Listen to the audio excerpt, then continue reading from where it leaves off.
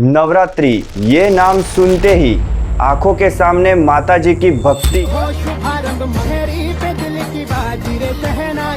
रंग बिरंगी कपड़े, ढोल नगाड़े और डांडिया का मजा घूम जाता है।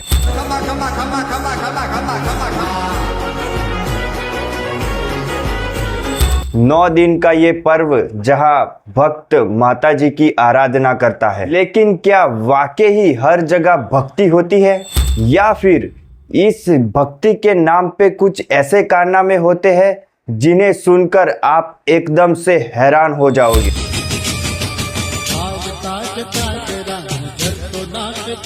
नवरात्रि का मतलब होता है माँ दुर्गा की पूजा, व्रत और संयम, लेकिन आजकल ये 9 दिन का पर्व कुछ लोगों के लिए नाटक और मौज मस्ती का बहाना बन गया है।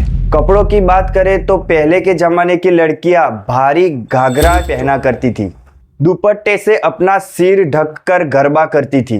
तब कपड़ों में संस्कार और शालीनता साफ दिखती थी, लेकिन अब तो छोटी चोली और लंबा बील वाला फैशन चल पड़ा है। जितना कपड़ा कम उतना स्टाइल ज्यादा, और लड़कियां कहती है ट्रेंड है। लेकिन हकीकत ये है कि गरबा के मैदान से ज्यादा कपड़ों की चर्चा सोशल मीडिया पर होती है। लाखों रुपए सिर्फ चनिया चोली पर खर्च कर दिए जाते हैं और हर दिन नया आउटफिट पहनकर डांडिया खेलने आना जैसे ये भक्ति का नहीं फैशन शो का मैदान हो।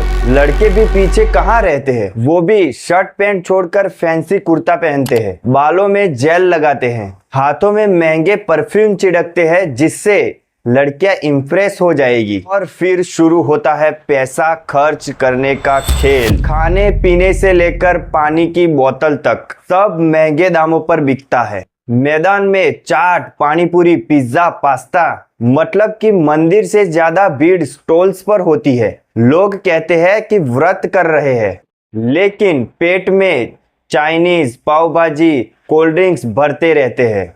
अब बात करते हैं असली कांडों की। लड़कियां नवरात्रि के बहाने घर से कहती है माता जी का गरबा खेलने जा रही, लेकिन असल में बाहर बॉयफ्रेंड मिलने के प्लान बनते हैं।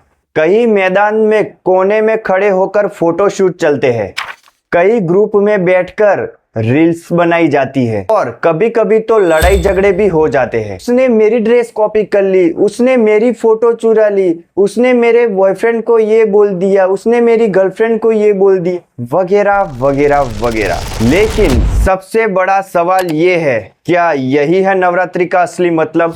माता जी के नाम पर 9 दिनों तक सिर्फ दिखावा और मौज मस्ती के दिन बन गए हैं। लड़के और लड़कियां सोचते रहते हैं कि 9 दिन रात भर बाहर रहने का मौका मिल गया, घर से निकलने के लिए बहाने भी मिल गए। माता जी के भक्ति गीतों से ज्यादा यहाँ पर डीजे रिमिक्स बजते रहते हैं।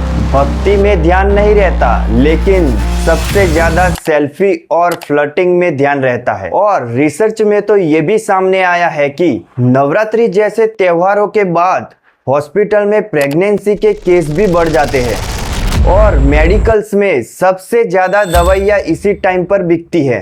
यानी भक्ति के नाम पर लोग अपनी हदें पार कर देते हैं। फिर लोग कहते हैं ये तो बस एंजॉयमेंट है, लेकिन यही छोटे छोटे कांड समाज में गलत मैसेज देते हैं। नवरात्रि का मतलब है शक्ति की पूजा, माँ की भक्ति, अपने अंदर की बुराइयों को खत्म करना। लेकिन हम अगर 9 दिनों तक सिर्फ दिखावा ही करें, पैसों की बर्बादी करें, छोटे कपड़ों की रेस लगाए और गलत आदतों में पड़े, तो फिर भक्ति कहाँ गई? याद रखो, कपड़े, पैसे और खाने पीने का मजा तभी है जब दिल से माँ की आराधना हो। 9 दिन बाद सब खत्म, ना तो कपड़े काम आएंगे ना खर्चे याद रहेंगे। लोग गरबा खेलने के लिए, माता जी की आराधना करने के लिए नहीं जाते, वो तो सिर्फ ट्रॉफी पाने के लिए, नंबर लाने के लिए और पैसों कमाने के लिए जाते हैं। तो दोस्तों, नवरात्रि मनाओ, जरूर मनाओ, लेकिन भक्ति और आस्था को मत भूलो, वरना माता जी से ज्यादा लोग तुम्हारे कांडों को याद रखेंगे। तो इस वीडियो को ज़्यादा से ज़्यादा लोगों तक शेयर करो और जय माता दी, जय हिंद।